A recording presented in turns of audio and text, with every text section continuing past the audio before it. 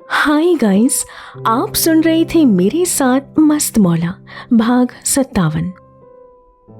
गाना खत्म होते ही डिम लाइट्स ऑफ हुए और नॉर्मल लाइट्स ऑन कर दिए। जब तालियों की गूंज मिष्टी और अक्षय के कानों में पड़ी तो दोनों ही अपने अपने ख्यालों से बाहर आए और दोनों फिर से सबके सामने हंसने मुस्कुराने का दिखावा करने लगे। लेकिन मजाल है जो दोनों ने अपने दिलो दिमाग में चल रहे उस तूफान को एक दूसरे के सामने जाहिर भी करने दिया हो। दोनों ही अपने अपने मन में एक दूसरे के लिए एक गलतफहमी लिए चल रहे थे। अरे वाह बेटा, वाकई तुम तो तारीफे काबिल हो। क्या जबरदस्त गाया है तुमने। बल्कि मैं तो अभी से ही सोच रहा हूँ कि अपनी बेटी की शादी में मैं तुम्हें ही बुलाऊंगा ऐसी ही जबरदस्त परफॉर्मेंस के लिए। उसी अधेड़ उम्र के अंकल ने कहा। बदले में अक्षय फीका सा मुस्कुराया और माइक और गिटार को बाजू में रखकर वहां से चला गया। कुणाल ने अक्षय को जाते देखा तो वो भी उसके पीछे पीछे चला गया। इसके बाद मिष्टी और केशव के एंगेजमेंट के लिए सभी इकट्ठा हुए और फिर रिंग सेरेमनी शुरू हो गई। केशव की मां ने डिब्बे से अंगूठी निकालकर उसके हाथ में दे दी और केशव ने जैसे ही मिष्टी को अंगूठी पहनाना चाहा तो मिष्टी ने अपना हाथ आगे नहीं बढ़ाया। ये देखकर मीनाक्षी जी ने मिष्टी से अपना बायां हाथ आगे बढ़ाने के लिए कहा तो मिष्टी ने जब अपना बायां हाथ दिखाया और उसके हाथ में पट्टी देख मीनाक्षी जी ने पूछा, बेटा तुम्हारे हाथ को क्या हो गया?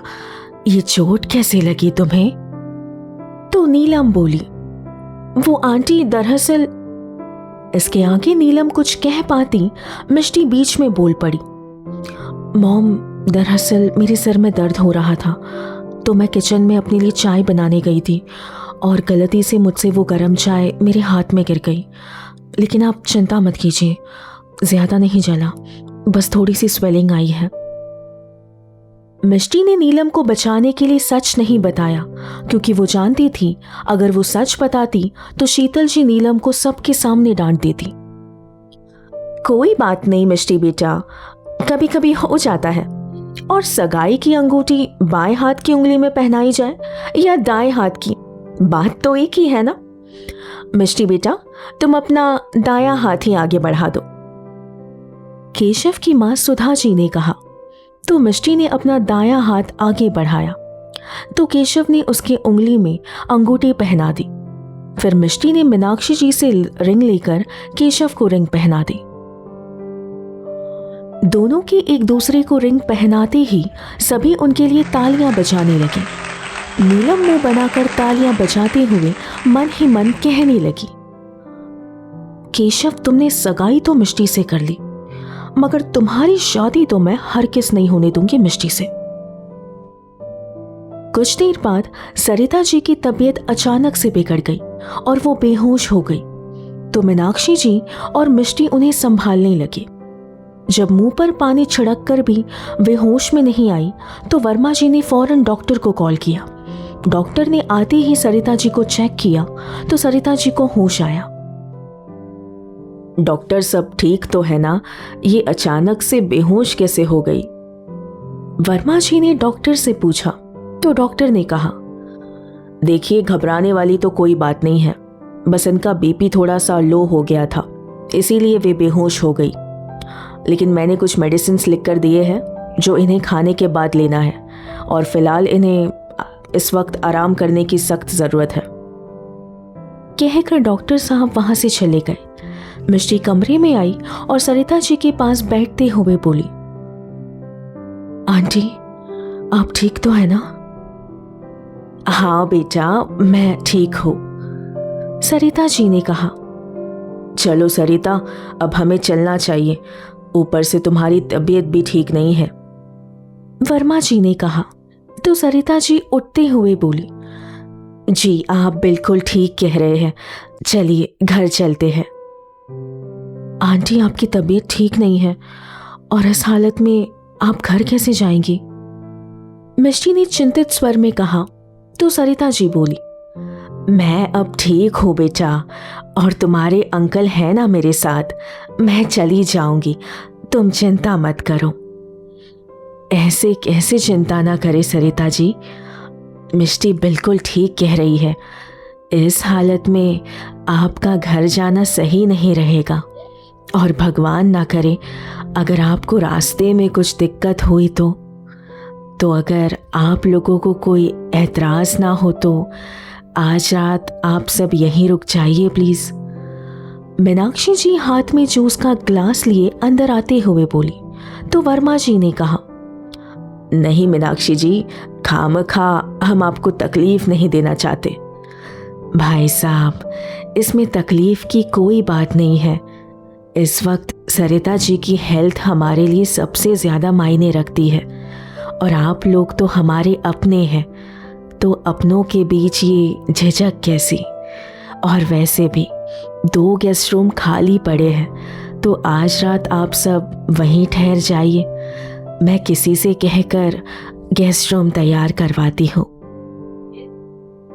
मीनाक्षी जी ने कहा। अब मीनाक्षी जी के इतने जोर देने पर वर्मा जी और सरिता जी उन्हें मना नहीं कर पाए, तो वे मान गए।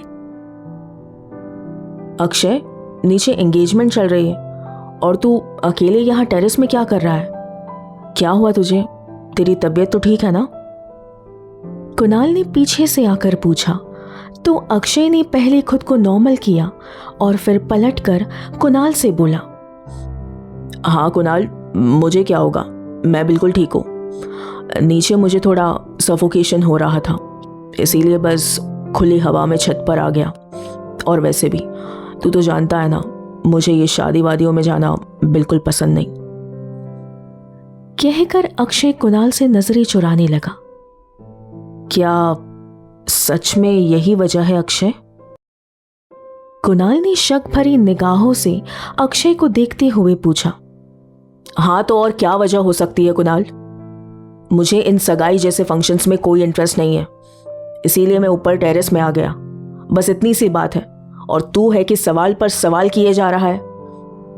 कुणाल, तू प्लीज यहां से चला जा, और हो सके तो प्लीज मुझे कुछ वक्त के लिए अकेला छोड़ दे। अक्षय ने चिल्लाते हुए कहा, तो कुणाल बोला, ठीक है अक्षय, जैसी तेरी मर्जी। कहकर कुणाल वहां से चला गया। कुणाल के जाते ही अक्षय को खुद पर गुस्सा आने लगा। उसे एहसास होने लगा कि उसने अभी अभी जो कुछ भी कुणाल से कहा वो उसे नहीं कहना चाहिए था। इसी वजह से अक्षय का दिमाग और ज्यादा खराब हो गया। पास ही एक कोने में कुछ शराब की बोतल रखी हुई थी, और जैसे ही अक्षय की नजरें उन बोतल पर पड़ी, उसने गुस्से में एक बियर की बोतल उठाई और ढक्कन खोलकर उसे गटगट पीने लगा।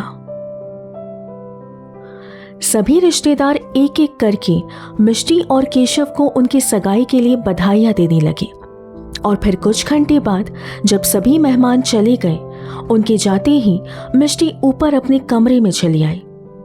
कुछ देर बाद वर्मा जी मिष्टी के कमरे का दरवाजा नॉक करते हुए बोले, बेटा, क्या मैं अंदर आ सकता हूं?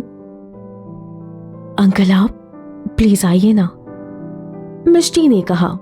तो वर्मा जी ने कहा, बेटा अगर तुम्हें आराम करना है तो मैं बाद में आ जाऊंगा। कहकर वो जैसे ही जाने लगी तो मिष्टी उन्हें रोकते हुए बोली, नहीं अंकल, मुझे वैसे भी नींद नहीं आ रही है, तो आप प्लीज आइए ना अंदर। अंदर आते ही सबसे पहले वर्मा जी ने मिष्टी को उसकी सगाई के लिए बधाइयां दी, लेकिन जब बदले में मिष्टी ने फीका सा मुस्कुराते हुए वर्मा जी को शुक्रिया कहा, तो वर्मा जी ने उससे पूछा, क्या बात है बेटा, क्या तुम इस सगाई से खुश नहीं हो? नहीं अंकल, ऐसी कोई बात नहीं है, बस आज पापा की बहुत याद आ रही है, मिष्टी ने मायूस होकर कहा। तो वर्मा जी बोले, एक बात कहूं बेटा, जैसे पूजा मेरी बेटी है ना, उसी तरह तुम भी मेरी बेटी जैसी हो, तो समझ लो कि मैं तुम्हारा पापा ही हूं, और आज तुम्हारे अंदर जितनी भी तकलीफ, दुख, दर्द भरा हुआ है, वो सब तुम मुझसे शेयर कर सकती हो। आज अपना दिल जी भर के हल्का कर लो बेटा। ये सुनकर मिष्टी की आंखों में आंसू आ गए और वो कहने लगी, मुझे कुछ समझ नहीं आ रहा अंकल कि मैं सही कर रही हूं या गलत। मेरे बर्दाश्त की हर हद पार हो चुकी है। अब मुझसे और सहन नहीं हो रहा। मैं ये शादी नहीं करना चाहती थी अंकल, क्योंकि अक्षय के अलावा मैं अपनी जिंदगी किसी और के साथ बिताने के बारे में कभी सोच भी नहीं सकती थी। मगर आपने देखा ना, मॉम कितनी खुश थी। तो क्या बेटा, ये सब तुमने अपनी माँ की खुशी के लिए किया है? वर्मा जी ने पूछा। जी अंकल, ये सब कुछ मैं अपनी मॉम के लिए कर रही हूं, क्योंकि डॉक्टर ने कहा अगर अगली बार स्ट्रेस की वजह से उनकी तबीयत खराब हुई तो उनकी जान को खतरा है। इसीलिए मैंने केशव से शादी करने का फैसला किया है। मगर कल जब केशव ने मुझसे कहा कि अक्षय ठीक हो गया है, उसे होश आ गया है, तो मैं पागलों की तरह हॉस्पिटल भागी। और फिर आप तो जानते ही हैं कि हॉस्पिटल में अक्षय से मिलने के बाद क्या हुआ। भगवान जी ने मुझे मेरे सब्र का ये फल दिया। उन्होंने बहुत बुरा किया मेरे साथ। मैं इसके लिए उन्हें कभी माफ नहीं करूंगी। मैं कभी माफ नहीं करूंगी। कहते हुए मिष्टी वर्मा जी के सीने से लग गई और वर्मा जी ने भी उसे अपने सीने से तब तक लगाए रखना चाहा जब तक रो रो कर उसका मन पूरा हल्का ना हो जाए। कुछ पल बाद जब मिष्टी का रोना सिसकियों में बदला तो वर्मा जी उसके सिर पर हाथ फेरते हुए बोले, बस बेटा बस, और नहीं रोते। फिर उसे खुद से अलग करते हुए बोले, तुम जानती हो बेटा, एक पिता के लिए उसके जीवन में सबसे दुखद पल कौन से होते हैं? जब वो अपनी बेटी की आंखों में आंसू देखता है, क्योंकि एक पिता इस दुनिया में हर चीज बर्दाश्त कर सकता है, मगर वो अपनी बेटी की आंखों में आंसू कभी बर्दाश्त नहीं कर सकता। और अब से तुम मुझे अंकल नहीं, पापा कहकर बुलाओगी। कहकर वर्मा जी ने अपने हाथों से मिष्टी के आंसू पहुंचे। ठीक है पापा, और थैंक यू यहां आकर मुझसे बात करने के लिए। मिष्टी ने कहा, बेटा एक तरफ तुम मुझे पापा कहती हो और दूसरी तरफ थैंक यू भी बोलती हो। This is not fair. Verma ji ने झूठी नाराजगी दिखाते हुए कहा तो मिष्टी बोली, अच्छा ठीक है, अब आप मुझसे नाराज मत होइए, मैं आपको थैंक यू नहीं बोलूंगी। That's like my good girl. देखो बेटा, जिंदगी में तुम्हें जब भी अपनी दिल की बात किसी से शेयर करने का मन करे तो तुम मुझे बेझिझक किसी भी वक्त याद कर लेना। एक बाप अपनी बेटी की खुशी के लिए कुछ भी कर सकता है। और बेटा, जो भगवान जी है ना, वो बुरे नहीं है, बस कभी कभी उनके दिए गए मुश्किलों का सफ़र थोड़ा लंबा होता है और वो हमारे सब्र का इम्तिहान लेता है। अगर उन्होंने तुम्हारे लिए ये सफ़र चुना है तो इसके पीछे कोई ना कोई वजह ज़रूर होगी। तुम चिंता मत करो बेटा, क्योंकि उन्होंने तुम्हारी ज़िंदगी बेहतर नहीं बल्कि बेहतरीन लिखी है। बस उनके फैसलों पर थोड़ा भरोसा रखो। वर्मा जी ने कहा तो मिष्टी बोली, आप बिल्कुल सही कह रहे हैं पापा, और इन 2 सालों में आपने मुझे कभी अपने पापा की कमी महसूस होने नहीं दी, और मैं जानती हूं आगे भी आप मुझे उनकी कमी महसूस होने नहीं देंगे। इसीलिए आज मैं आपसे कुछ मांगना चाहती हूं। बोलो ना बेटा, तुम्हें क्या चाहिए, बस तुम एक हुक्म करो। वर्मा जी ने कहा तो मिष्टी बोली, मैं चाहती हूं कि कल मेरा कन्यादान आप अपने हाथों से करें। इसे आप मेरी एक आखिरी ख्वाहिश समझ लीजिए। ये सुनकर वर्मा जी की भी आंखें छलक उठी। वो कुछ बोल ही नहीं पाए, बस मिष्टी के चेहरे को एकटक देखने लगे। उन्हें अपनी ओर इस तरह देखता पाकर मिष्टी बोली, क्या हुआ पापा, आप मुझे ऐसे क्यों देख रहे हैं? कुछ नहीं बेटा, तुम मुझे कन्यादान जैसी इतनी बड़ी जिम्मेदारी सौंपना चाहती हो, ये सुनकर खुशी से मेरी आंखें भर आई बेटा। वर्मा जी आंखों में नमी लिए मुस्कुराते हुए बोले। कुछ ही दूरी पर केशव दरवाजे के पास खड़े हुए वर्मा जी और मिष्टी की बातें सुन रहा था।